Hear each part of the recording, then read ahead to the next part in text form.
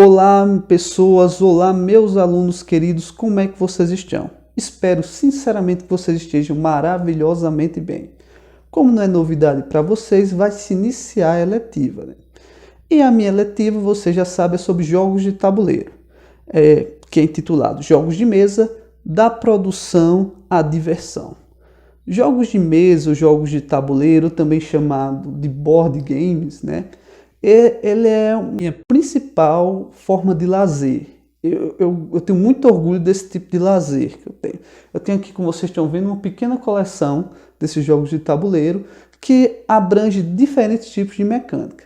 Pequena coleção porque eu tenho por volta de 30 tipos de jogos, enquanto pessoas por aí, muita gente que está no hobby há muito mais tempo e que tem muito mais poder aquisitivo, tem aí mais de 100 e poucos jogos. Eu conheci um rapaz em Natal que tinha mais de 400 jogos de tabuleiro. Então, assim, é um hobby um pouco caro e ele não é muito acessível, digamos assim. Por que eu estou dizendo isso? Porque, por exemplo, tem jogos aqui que custou mais de R$ 400. Então, assim, eu acho que as pessoas teriam pena de dar R$ 400 em um jogo de tabuleiro. Até mesmo aqui quem tem certo poder aquisitivo. E é a dificuldade de você ter esses jogos. Por quê? Porque não vende em cidades pequenas, ou cidades periféricas. Só vende em grandes metrópoles e olhe lá. E muitos desses jogos, ele tem, por exemplo, como o nicho é muito pequeno, como a quantidade de pessoas que jogam jogos de tabuleiro no Brasil é muito pequena, então eles produzem uma quantidade e deixam de produzir muitas vezes. Então, alguns desses jogos que eu tenho, eles já não produzem mais. Então, é uma coisa que você compra e você talvez não tenha oportunidade de comprar mais. É por isso que, no meu caso específico, eu tento guardar com o máximo de carinho possível e eu não empresto a ninguém. Porque é uma coisa que eu sei que se a pessoa perder, e mesmo a pessoa tiver uma boa vontade de querer me dar outro, alguma coisa, me recompensar, talvez não tenha essa oportunidade, porque muitos desses jogos já saíram de linha.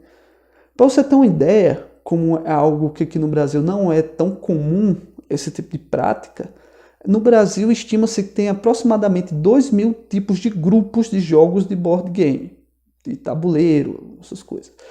Enquanto, por exemplo, na Alemanha tem por volta de 60.000. O Brasil é um país maior do que a Alemanha, tem uma população bem maior.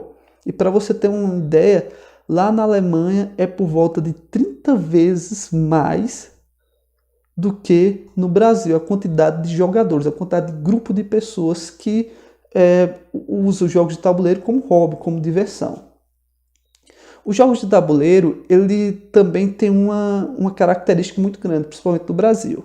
A maioria das pessoas que tem esse hobby são pessoas que apresentam alto grau de escolaridade.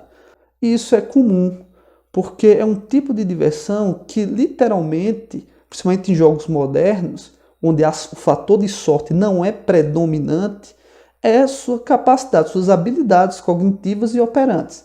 Por exemplo, como tem jogos que quem ganha é aquela pessoa que tem melhor habilidade de persuasão, então de convencimento. Ele tem uma vantagem em alguns jogos, como no caso de Residence ou no caso de Cooper, por exemplo. Outro que tem uma habilidade muito grande de planejar, sabe? Planejamento. Habilidade muito grande de você também saber lidar com recursos, sabe? Saber investir em recursos.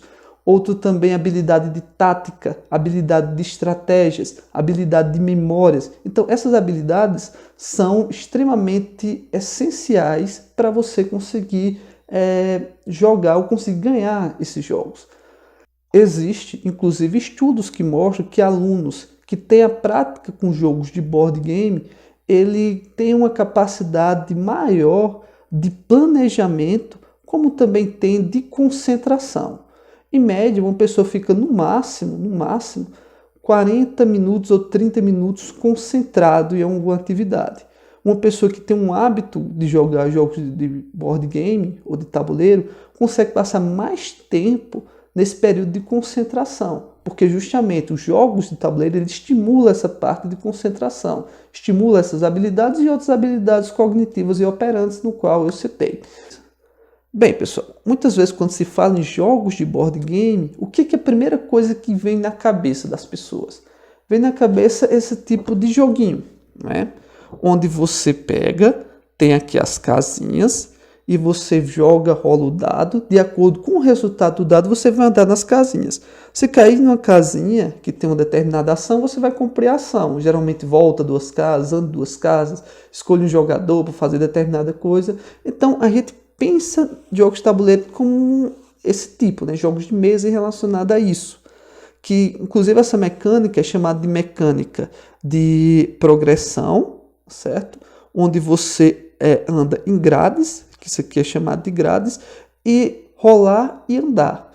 Então, em jogos de tabuleiro comum desse tipo, você fica totalmente mercê da sorte. Você é um mero espectador. Você rola e aí, de acordo com o que rola, você pega e anda aquelas quantidade de casas. Não existe estratégia, não existe tática, não existe nada. Então, os jogos de tabuleiro moderno não são assim. Você pode até ter um fator sorte, mas o que vai determinar se você vai ganhar ou não é as suas habilidades cognitivas e operantes. Bem, pessoal, agora que eu falei sobre jogos de tabuleiro, que é uma grande paixão, de certa forma minha, um lazer que eu tenho muito orgulho, vou falar sobre a eletiva, né? A eletiva, ela ia ser presencial.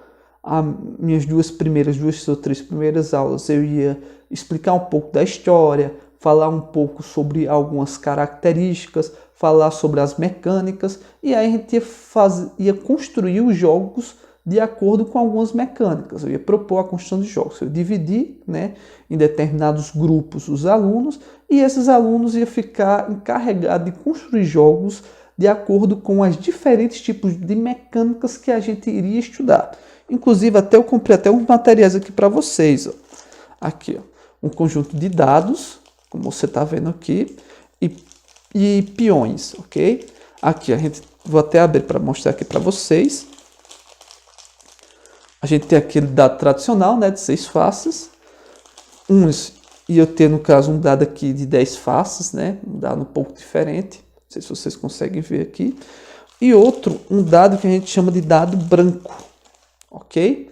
Um dadinho branco que aí vocês podem botar figuras e podem representar esse dado de acordo com os jogos que vocês iriam criar. E aqui os peões, ok? Tem mais ou menos 7 tipos de peões, diferentes cores.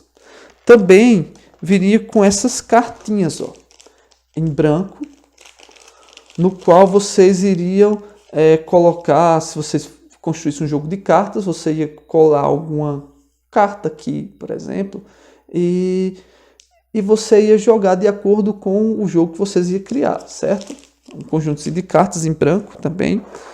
Também peguei um material que a Cidália me deu para fazer uns tabuleirozinhos aqui para vocês, ok? Vocês construíam o tabuleiro, colaria aqui e aí vocês criariam o jogo que vocês quisessem, né? De acordo com a mecânica que eu ia propor. E aqui também uns sleeves para proteger as cartas que vocês criaram, ok? Vocês criariam, melhor dizendo.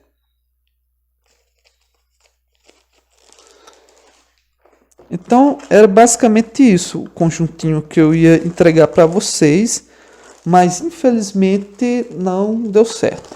Eu iria dar alguns materiais para vocês, sabe? Alguns arquivos, para vocês jogarem com a família, tudo, ou se divertir ou jogar entre os alunos. Que é alguns jogos, por exemplo, um jogo que é Bandido, que é um jogo muito fácil, muito prático, que é um jogo cooperativo. Eu ia imprimir aqui e entregar para vocês, ok? Esse jogo. Então, basicamente, pessoal, seria isso o que eu iria fazer, né? Ah, e também outra coisa, que eu ia esquecendo. Eu também ia ensinar vocês a, fabricar jogos. Em que sentido? Por exemplo, fabricar jogos de resina mesmo. Como é que eu ensinar vocês, inclusive, a fazer esses dados? Certo? Como é que a gente ia fazer esses dados? Eu ia ensinar vocês a criar um molde de silicone, ok? E a partir desse molde de silicone fazer uma reação com um produto epóxi, que é uma espécie de resina. E aí vocês iam conseguir fazer os materiais que vocês quisessem, os dados que vocês quisessem, as peças que vocês quisessem. Então, basicamente seria isso. Seria uma eletiva de um curso para você fabricar e desenvolver esses jogos e se divertir com eles posteriormente, com a família, com os amigos ou com os colegas. Então, basicamente seria isso. Beleza. Como não vai ser presencial, a gente já sabe que não vai ser presencial, como é que vai ficar? Bem, a seletiva vai ser feita da seguinte forma. Primeiramente, eu vou dividir essa seletiva em diferentes tipos de vídeos, certo? A primeira parte do vídeo, os primeiros vídeos, melhor dizendo, vai ser relacionada à história do board game, que vai ser os primeiros board games que foram criados desde a antiguidade, ou da Idade Média, até o período que a gente chama de período Catan.